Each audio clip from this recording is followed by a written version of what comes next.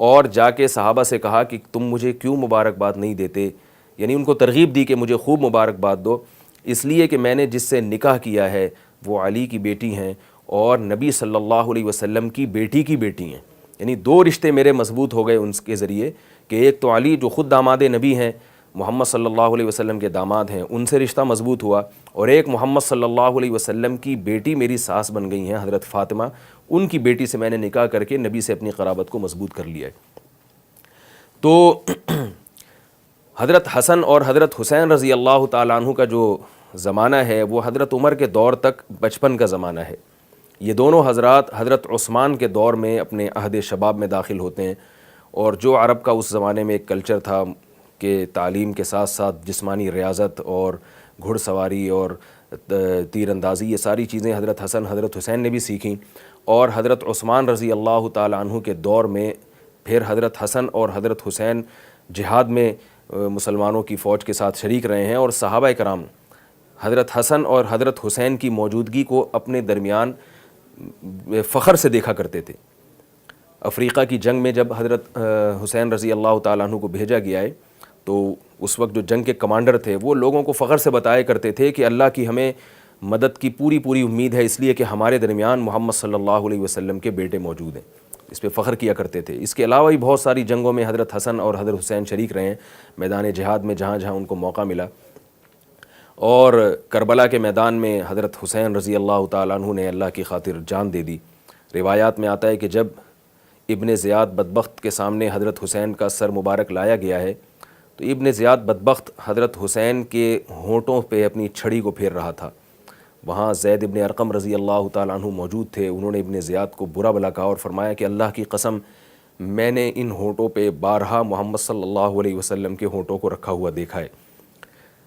تو اس وقت صحابہ کرام کی کیا کیفیت ہوگی۔ ایک اور روایت میں آتا ہے حضرت ابو ہریرہ رضی اللہ تعالیٰ عنہ کسی جنازے کے ساتھ جا رہے تھے، اس میں حضرت حسین بھی موجود تھے۔ حضرت حسین رضی اللہ تعالیٰ عنہ تھک کے کہیں بیٹھ گئے تو حضرت ابو ہریرہ نے جا کے ان کے پاؤں کو جھاڑا اور مٹی کو دور کیا، ان کے پاؤں کو صاف کرنے لگے۔ حضرت حسین نے فرمایا کہ اے ابو ہریرہ کیا کر رہے ہو؟ حضرت ابو ہریرہ نے فرمایا کہ اے حسین، میں آپ کے بارے میں جو کچھ جانتا ہوں اگر لوگ جان لیں تو آپ کو کندھوں پہ اٹھا دیں، یعنی مجھے آپ کے فضائل کا جو نبی صلی اللہ علیہ وسلم سے علم عطا ہوا ہے اس کے مقابلے میں یہ کم ہے جو کچھ میں کر رہا ہوں۔ حضرت حسن حضرت حسین رضی اللہ تعالیٰ عنہ نے ان دونوں حضرات نے بیت اللہ کا بارہا پیدل حج کیا ہے۔ حضرت حسن نے کہا جاتا ہے کہ 20 مرتبہ بیت اللہ کا پیدل حج کیا ہے، عراق سے کوفہ سے چل کے بیت اللہ کی طرف پیدل آئے ہیں۔ کسی نے عرض کیا کہ آپ اپنے آپ کو اتنا کیوں تھکاتے ہیں؟ کوفہ اس زمانے کی گرمی، اس زمانے کے پہاڑ اور ریگستان، اس وقت کیا کیفیت ہوتی ہوگی؟ تو کسی نے کہا کہ آپ اپنے آپ کو کیوں تھکاتے ہیں، آپ سوار ہو کے جائیں۔ تو حضرت حسن نے فرمایا کہ اللہ کی قسم مجھے اس بات سے حیا آتی ہے کہ میں اللہ کے گھر کی زیارت کو سوار ہو کر جاؤں، میں پیدل ہی جاؤں گا۔ اور حضرت حسین رضی اللہ تعالیٰ عنہ کے بارے میں آتا ہے کہ آپ نے 25 مرتبہ پیدل حج کیا ہے کوفہ سے بیت اللہ کی طرف۔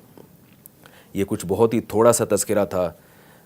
حضرت حسین کے فضائل کے بارے میں، بھرے پڑے ہیں احادیث میں، روایات میں، اور آپ کی سیرت میں سخاوت، آپ کی بہادری، آپ کی عبادت، آپ کا علم، اور صحابہ کرام سے محبت، اور صحابہ کرام کی ان دونوں حضرات سے محبت، اور سب سے بڑی بات یہ ہے کہ اللہ نے محمد صلی اللہ علیہ وسلم کا جو نسب چلایا ہے وہ حسن اور حسین سے چلایا ہے۔ یہ بہت بڑی فضیلت کی بات ہے، اور اس میں ایک فضیلت حضرت عمر کے لیے بھی ہے۔ حضرت عمر رضی اللہ تعالی عنہ کہ جب یہ ایران فتح ہوا ہے تو فارس کا جو بادشاہ تھا یزدجرد، اس کی بیٹی جو شہزادی تھی، بہت خوبصورت، اور ظاہر بادشاہوں کی جیسے بیویاں اور بیٹیاں ہوا کرتی ہیں، تو حضرت عمر نے فرمایا کہ یہ جو ان کی بیٹی ہے یہ میں حسین کو دوں گا۔ تو آپ نے حضرت حسین سے ان کی بیٹی کی شادی کرائی، اس لیے کہ وہ سمجھتے تھے کہ یہ سردار کی بیٹی ہے تو سردار ہی کے لائق ہے۔ تو حضرت حسین رضی اللہ تعالیٰ عنہ کی ان سے شادی ہوئی ہے، اور کمال کی بات یہ کہ حضرت حسین کی اولاد میں جتنے حضرات تھے کہا جاتا ہے کہ سب کربلا میں شہید ہو گئے۔ امام زین العابدین جو بہت مشہور فقیہ ہیں اور امام ابو حنیفہ رحمہ اللہ تعالیٰ کے اساتذہ میں سے ہیں، اور حضرت حسین کی جو نسل چلی ہے وہ صرف امام زین العابدین سے چلی ہے۔ آج جتنے بھی حسینی دنیا میں نسب کے اعتبار سے پائے جاتے ہیں وہ سب حضرت زین العابدین کی اولاد میں سے ہیں، اور حضرت زین العابدین اسی ماں کے بیٹے تھے جو یزدجرد کی بیٹی تھی۔ جو حضرت عمر رضی اللہ تعالی عنہ نے حضرت حسین کو دی تھیں، تو یہ بھی ایک حضرت امیر المومنین حضرت عمر کے لیے بھی فضیلت کی بات ہے، اور حضرت زین العابدین کے لیے بھی بہت فضیلت کی بات ہے کہ حضرت زین العابدین کے ذریعے اللہ نے حضرت حسین کی نسل کو پوری دنیا میں پھیلایا ہے اور چلایا ہے۔ اللہ تعالی ہمیں آل رسول اور آل بیت سے سچی محبت کی توفیق نصیب فرمائے، اور ان واقعات میں جو آل رسول کے ساتھ صحابہ کی محبت تھی، ان واقعات میں ہمیں جو سبق ملتا ہے وہ سبق یہ ملتا ہے کہ جیسے ہمیں کسی بزرگ سے، اہل اللہ سے اور نیک لوگوں سے محبت کا حکم ہے، اسی طرح ان کی آل و اولاد سے بھی محبت کا حکم ہے۔ آپ کسی استاد سے اگر پڑھتے ہیں تو آپ کے ذمے ہے کہ جیسے آپ اس استاذ کا ادب کریں، اس کی اولادوں کا بھی اسی طرح ادب کریں، اس کے گھر والوں کا بھی آپ خیال رکھیں۔ آپ کسی بزرگ سے بیعت ہیں، کوئی